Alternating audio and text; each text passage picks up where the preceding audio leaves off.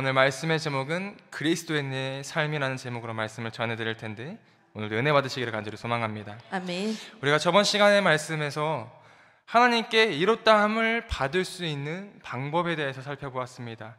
즉 칭의를 받을 수 있는 유일한 방법은 무엇이냐라고 살펴보았을 때 하나님께서 우리에게 말씀하시는 것은 오직 믿음을 강조하셨습니다. 아멘. 율법의 행위에 있는 것도 아니고 선한 행위에 있는 것도 아니었습니다. 오직 믿음뿐이었습니다. 아멘. 그리스도 예수를 믿는 그 믿음 하나에 하나님께서는 우리를 이롭다 하신다고 말씀을 드렸습니다. 아멘. 우리의 죄악이 그리스도의 보혈로 정결하게 되고 사망에서 생명으로 옮겨졌습니다.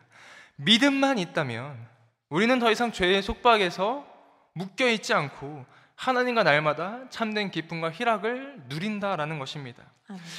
그리고 오늘 본문의 말씀은 하나님께 이롭다함을 받은 자들, 즉 칭의를 받아 구원함을 받고 그 구원을 누리는 온전한 그리스도인의 삶에 대해서 말씀을 하고 있습니다.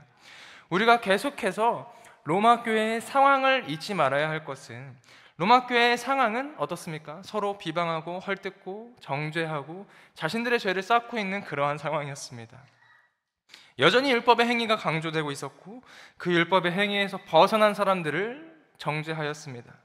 그런데 오늘 본문에서 나타나는 그리스도인의 삶을 바라보면 로마 교회의 상황과 정반대의 모습을 나타내고 있다는 것입니다.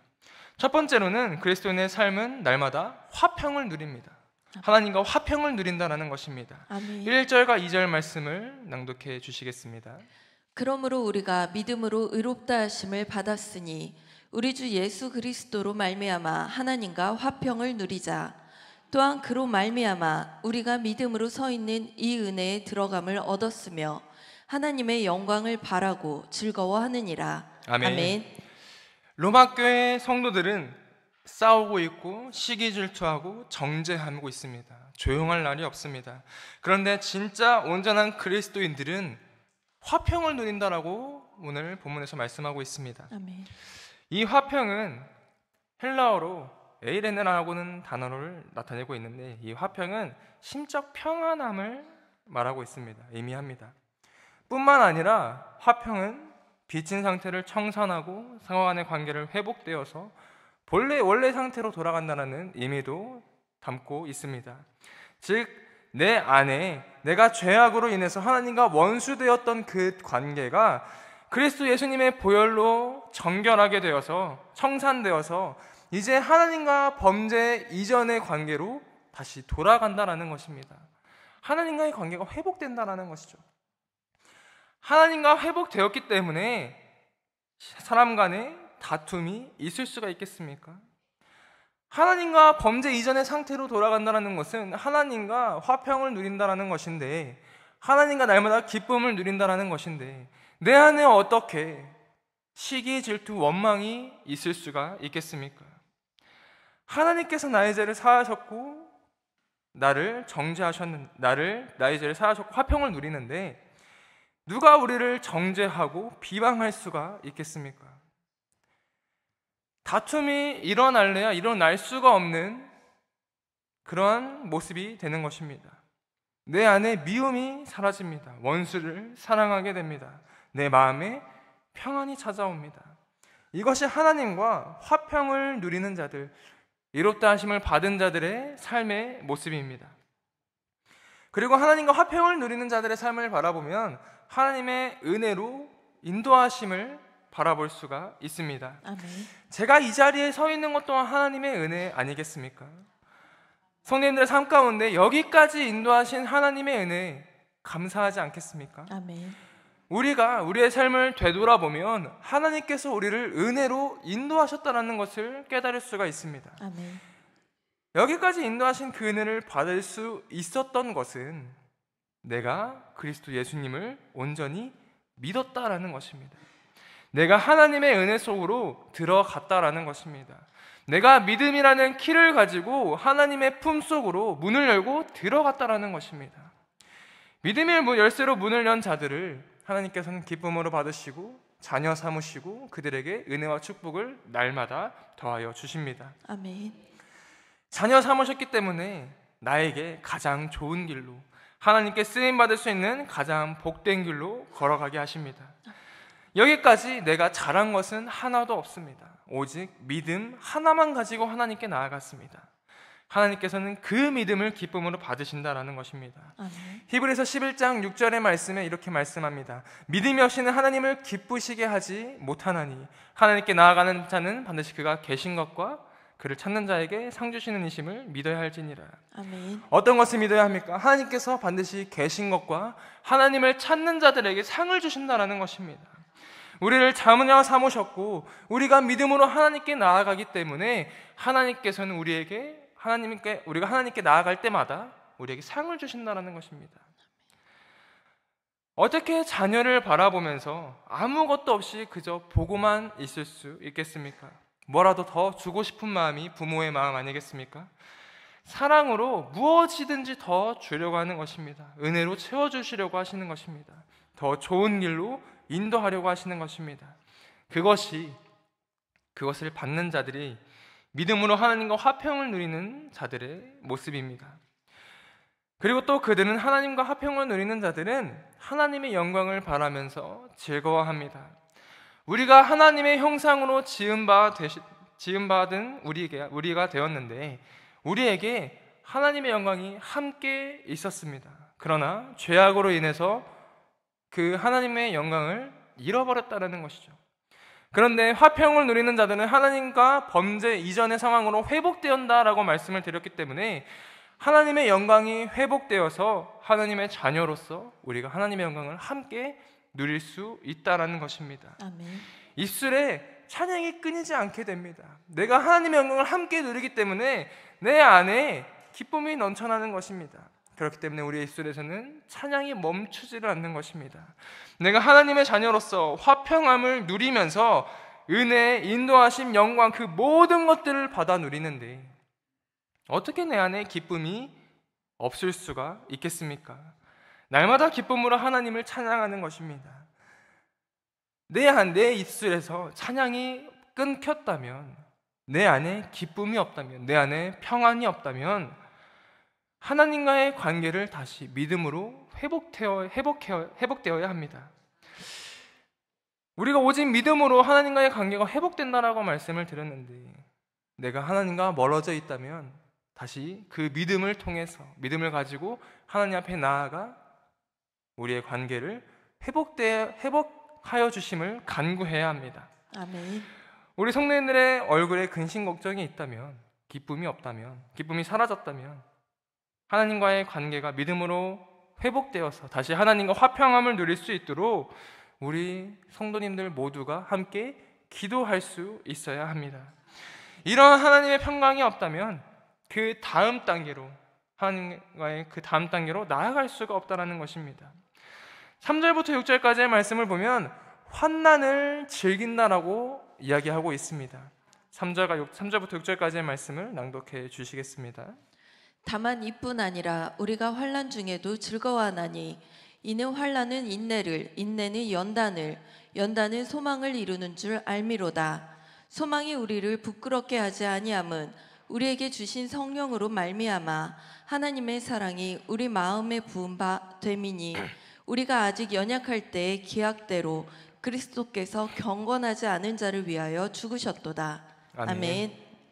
환난을 즐긴다라고 이야기를 하면 굉장히 이상한 사람처럼 보일 수가 있습니다. 그리고 초심자들에게 이 말씀은 굉장히 부담스러울 수 있습니다. 하나님을 믿는 자들이라면, 하나님의 은혜를 누리는 자들이라면 세상 가운데서 만사 형통하여서 성공해야 하는 것 아니겠습니까? 그렇게 착각할 수 있다는 것입니다. 고난, 환난 같은 것은 단 하나도 없고 날마다 평안함을 누리는 것이 그리스도인이다라고 착각할 수가 있습니다. 고난 없는 것이 은혜다라고 생각할 수 있습니다. 그러나 성경을 자세히 들여다보면 예수님을 믿는 자는 이 땅에서 다른 사람들보다 더 환난을 당하게 된다라고 말씀을 하고 있습니다. 요한복음 16장 33절의 말씀을 함께 봉독해 보겠습니다. 시작. 이것을 너희에게 이르는 것은 너희로 내 안에서 평안을 누리게 하려 함이라. 세상에서는 너희가 환난을 당하나 담대하라. 내가 세상을 이겨내니라. 아멘. 우리는 환난을 당하는데 그 이유가 무엇이냐? 15장 19절의 말씀을 함께 낭독해 보겠습니다. 시작. 너희가 세상에 속하였으면 세상이 자기의 것을 사랑할 것이나 너희는 세상에 속한 자가 아니요 도리어 내가 너희를 세상에서 택하였기 때문에 세상이 너희를 미워하느니라. 아멘.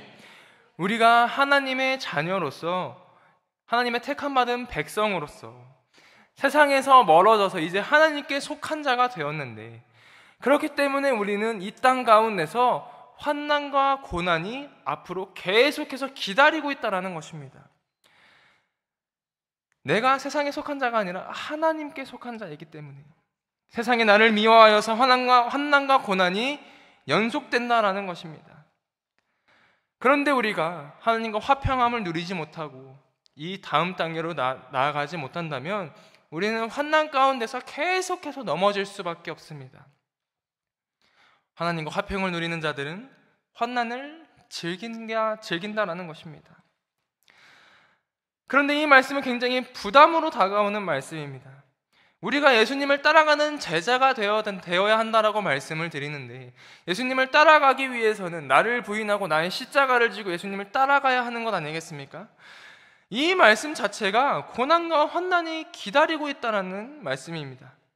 그럼에도 불구하고 우리가 앞으로 닥칠 환난과 고난을 두려워하지 않는 것은 예수님께서 세상을 이기셨기 때문입니다. 아멘. 이미 세상과의 싸움에서 예수님께서 이기셔서 죽으시고 부활하심으로 승리하셨다라는 것입니다. 아멘. 그리고 이제 우리가 세상과의 싸움 한가운데 서서 가만히 있는데 하나님께서 그저 가만히 계시겠습니까?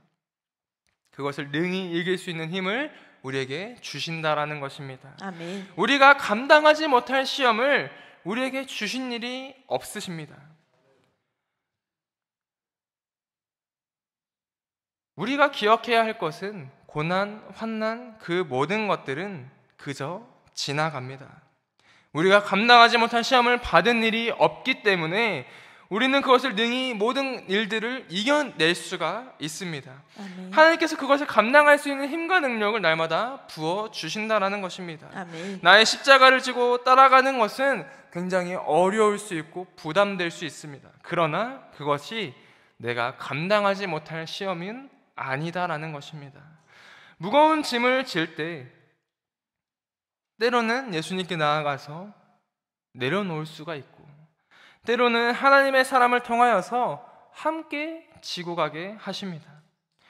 환난은 그렇게 즐거워할 수가 있는 것은 비록 나 혼자서 걸어가는 것이라면 어렵고 힘들겠지만 하나님께서 나와 함께 계시고 영적 가족인 우리 교회 성도님들께서 함께 나아가기 때문에 우리는 그것을 즐거움으로 이겨낼 수가 있다는 것입니다. 아멘. 우리가 도자기를 만들 때 진흙으로 이쁘게 빚습니다. 그리고 그것을 1000도가 넘는 가마에 넣어 놓습니다.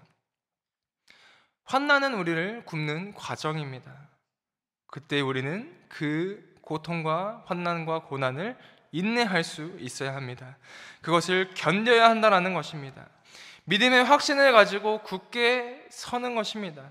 내가 이 비록 환난과 고난 가운데 서 있을지라도 이것은 분명하게 지나가고 내가 이 환난과 고난 가운데서도 분명하게 승리할 수 있기 때문에 그것을 믿음의 확신을 가지고 견뎌야 한다는 것입니다. 아멘. 예수님께서 사망에서 생명으로 우리의 영을 옮기셨다라는 그 믿음의 확신을 가지고 나를 버리지 않으시는 하나님을 믿음으로 굳게 서시기를 간절히 소망합니다. 아멘. 그렇게 인내의 과정을 통하여서 하나님께서는 우리를 연단하신다는 것입니다. 이전에는 작은 시험에도 넘어지고 쓰러지고 그렇게 무너졌던 우리의 연약한 믿음이었다면, 그러한 그리스도인이었다면 이러한 연단의 과정을 통해서 우리가 점점 크고 작은 모든 시험 가운데서도 넘어지지 않고 쓰러지지 않고 무너지지 않고 그 자리에 우뚝 서서 승리할 수 있게 된다는 것입니다. 아멘. 우리가 처음에 가졌던 믿음의 크기를 한번 생각해 보시길 바랍니다. 그리고 지금의 믿음의 크기를 생각해 보시면 분명한 성장을 이루셨을 것입니다. 이전에는 어린아이와 같은 믿음이었을지 몰라도 인내와 연단의 그 과정을 통해서 하나님께서는 우리의 믿음을 분명하게 성장시키셨습니다. 그렇게 인내와 연단의 과정을 통해서 성장한 우리는 소망을 이루게 됩니다. 부활과 영생의 소망, 하나님의 영광을 함께 누리는 소망, 하나님께서 우리에게 주실 크신 그 상급 등 이러한 모든 소망들을 이루게 된다는 것입니다.